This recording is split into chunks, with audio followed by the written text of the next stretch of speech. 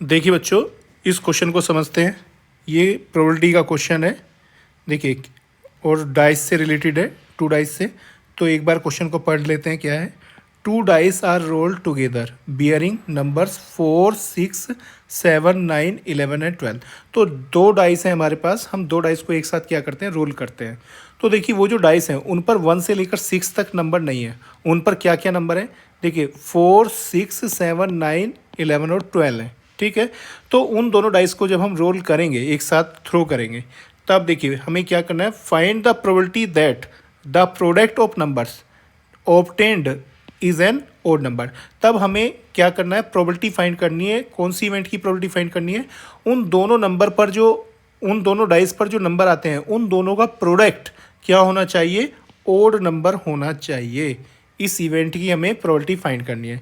तो देखो बच्चों, ध्यान से समझो। सबसे पहले देखिए, जब कभी भी हम क्या करते हैं? प्रोबेबिलिटी का क्वेश्चन सोल्व, तो उसमें हम स्टेप बाय स्टेप सॉल्यूशन करते हैं। तो उसमें हम कौन कौन से स्टेप यूज़ करते हैं? तो देखिए, सबसे पहला स्टेप हमारा होता है सैम्पल स्पेस बनाना। तो सबसे पहले हम सैम्पल स्पेस बनाते हैं। सैम्पल स्पेस बनाने के बाद हम क्या करते हैं? इवेंट को डिफाइन करते हैं। इवेंट को क्या करते हैं? डिफाइन करते हैं। इवेंट को डिफाइन करने के बाद हम क्या करते हैं? फेवरेबल आउटकम लिखते हैं। क्या लिखते हैं? Favourable outcome. उसके बाद ऑल पॉसिबल आउटकम्स लिखते हैं। All possible outcome. उसके बाद क्या करते हैं? फॉर्मूले को लिखते हैं, और फॉर्मूले के बाद कैलकुलेशन। तो ये स्टेप हमारे चलते हैं किसी भी प्रोबेबिलिटी के क्वेश्चन को जब हम सोल्व करते हैं। तो इस क्वेश्चन में सबसे पहले हमें क्या करना है? सैम्पल स्पेस बनाना है। तो देखिए बच्चों, इसका सॉल्यूशन समझते हैं। देखिए सॉल्यूशन, देखिए इसका। तो हम क्या करेंगे? सबसे पहले सैम्पल स्पेस बनाएंगे। तो सैम्पल स्पेस के लिए देखिए हमारे पास 2 डाइस हैं। तो दोनों डाइस पर जो नंबर लिखे हुए हैं वो क्या क्या लिखे हुए हैं? देखिए ध्यान से समझिए। जो पहली डाइस है उस पर क्या है नंबर? उस पर 4 लिखा हुआ है, 6 लिखा हुआ है, 7 लिखा हुआ है, 9 लिखा हुआ है, 11 और 12।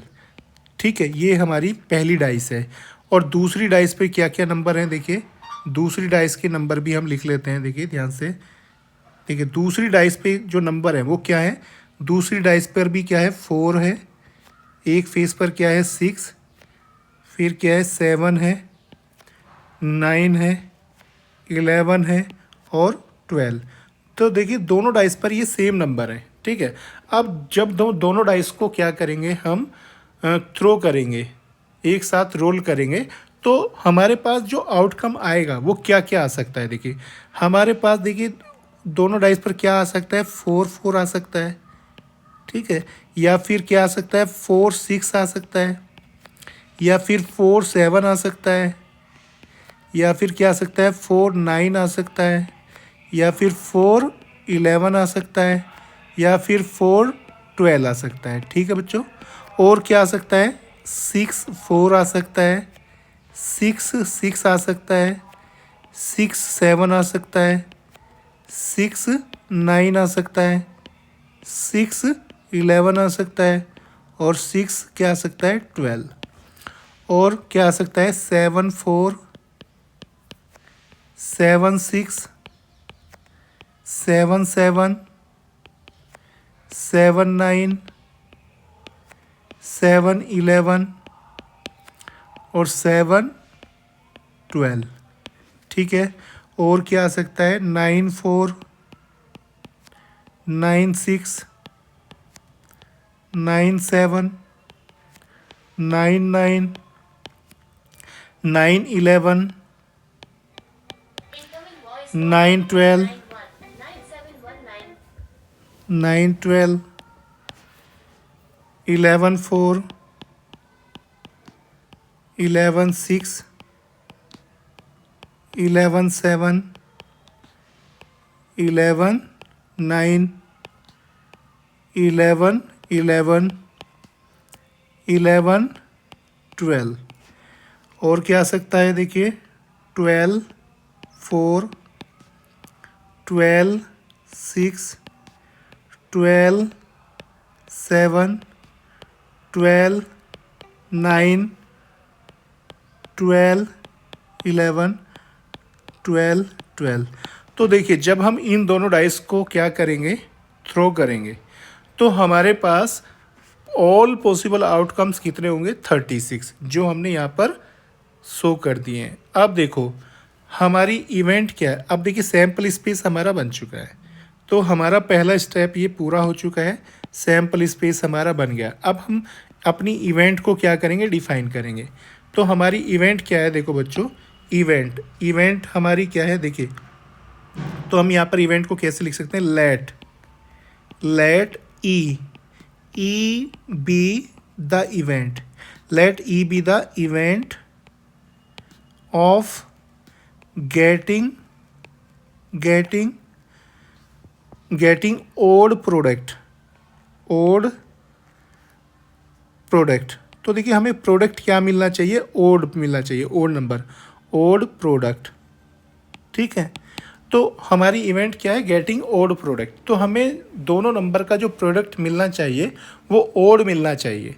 अब देखो इवेंट हमने डिफाइन कर दी, अब हमारे पास 2 स्टेप कंप्लीट हो चुके हैं। अब थर्ड स्टेप में हमें क्या लिखना है, फेवरेबल आउटकम। तो ये जो हमारी इवेंट है ई, इस इवेंट के फेवर में कितने आउटकम है, देखिए ये जो ऊपर हमने आउटकम लिखे हैं ये है ऑल पॉसिबल आउटकम 36। अब इनमें से फेवर में कौन कौन से होंगे, तो देखिए फेवरेबल आउटकम वो होंगे जिनमें दोनों नंबर का प्रोडक्ट क्या होगा, ओड नंबर। और ओड नंबर क्या होते हैं, देखो ध्यान से समझिए बच्चों, ओड नंबर वे होते हैं जिनके लास्ट में क्या होता है 1, 3, 5, 7 या 9। तो जिस नंबर के लास्ट में इनमें से कोई भी एक डिजिट होती है वो क्या होते हैं, ओड नंबर होते हैं, ठीक है। अब देखो ओड नंबर हमारे कौन कौन से होंगे, देखिए एक बात तो ध्यान रखिए, जब हम एक इवन नंबर की देखिए जब हम इवन नंबर की मल्टीप्लाई इवन नंबर के साथ करते हैं तो हमेशा इवन नंबर ही बनता है, ठीक है। और अगर हम इवन नंबर की मल्टीप्लाई ओड नंबर के साथ करते हैं तो भी क्या बनता है, इवन नंबर बनता है, ठीक है बच्चों। और अगर हम ओड नंबर की मल्टीप्लाई ओड नंबर के साथ करते हैं तभी क्या बनता है, ओड नंबर बनता है, ठीक है। तो देखो अब हमें यहाँ पर देखना है ओड नंबर हमारा कहाँ कहाँ बनेगा, और प्रोडक्ट दोनों नंबर का प्रोडक्ट ओड कब होगा। देखिए ये जो पहली रो है, फर्स्ट रो, इस फर्स्ट रो में क्या है, देखिए कोई भी ओड नंबर नहीं बन सकता। क्यों नहीं बन सकता, क्योंकि देखिए 4 की मल्टीप्लाई हम देखिए एक डाइस पर क्या है 4 है और दूसरी पर कुछ भी होगा, तो दोनों का प्रोडक्ट क्या बनेगा, इवन ही बनेगा, ठीक है। तो इन दोनों का प्रोडक्ट देखिए इस रो में कोई भी हमें आउटकम ऐसा नहीं मिलेगा जिस पर ओड प्रोडक्ट होगा, ठीक है, ना ही हमें सेकंड रो में मिलेगा, ठीक है। और अब देखिए थर्ड रो में देखिए ये 7 है, तो 7 से मिल सकता है, 7 की मल्टीप्लाई जब किसी ओड नंबर में होगी तभी क्या मिलेगा, हमारा ओड नंबर। तो देखिए इसमें कौन कौन सा आउटकम होगा, देखिए फेवरेबल।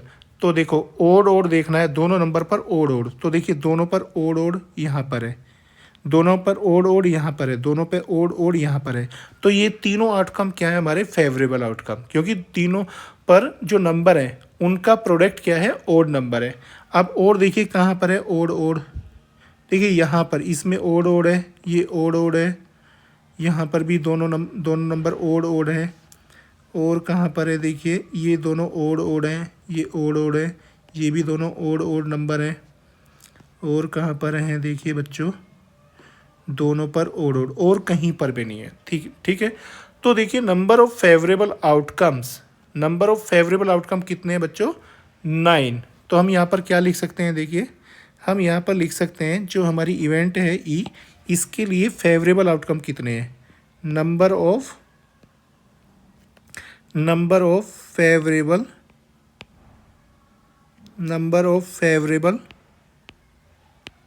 आउटकम्स कितने हैं, 9 है। और number of all possible outcome कितने हैं बच्चों, number of all possible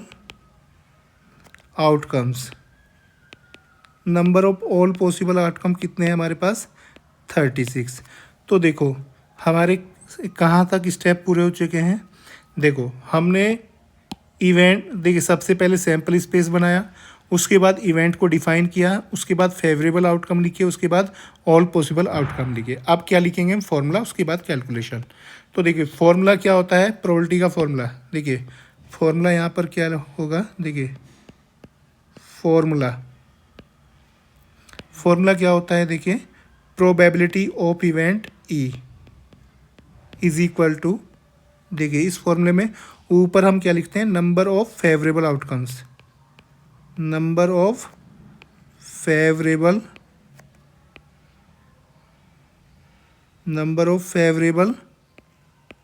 outcomes, और नीचे number of all possible outcome, number of all possible outcome, जितने भी पॉसिबल आउटकम है। ठीक है, अब देखिए बच्चों इस फॉर्मूले में क्या करेंगे, वैल्यू पुट करेंगे। तो देखिए हमारी इवेंट क्या है, ई, तो हम क्या लिख सकते हैं, it implies that probability of event E is equal to number of favourable outcome कितने हैं हमारे, 9, number of all possible outcome कितने, 36। तो प्रोबेबिलिटी कितनी आ जाएगी, 9/36। इसको हम सिंपलेस्ट फॉर्म में लिख सकते हैं, 9 1 जा 9, 9 4 जा 36। तो हम क्या लिख सकते हैं, probability of event E is equal to 1/4। ठीक है, अब देखो बच्चों अगर इसे परसेंटेज में लिखना है तो परसेंटेज में क्या करेंगे, देखिए परसेंटेज में इसे कन्वर्ट करने के लिए हम क्या करेंगे, इसमें 100 से मल्टीप्लाई करेंगे और परसेंटेज का यहाँ पर सिंबल यूज़ करेंगे। तो परसेंटेज में आंसर क्या आ जाएगा, 4 से 100 को डिवाइड करेंगे 25, तो परसेंटेज में आंसर होगा 25%। ठीक है, तो ये हमारा क्या आ जाएगा बच्चों, आंसर प्रोबेबिलिटी इवेंट क्या है, गेटिंग ओड नंबर प्रोडक्ट। ठीक है।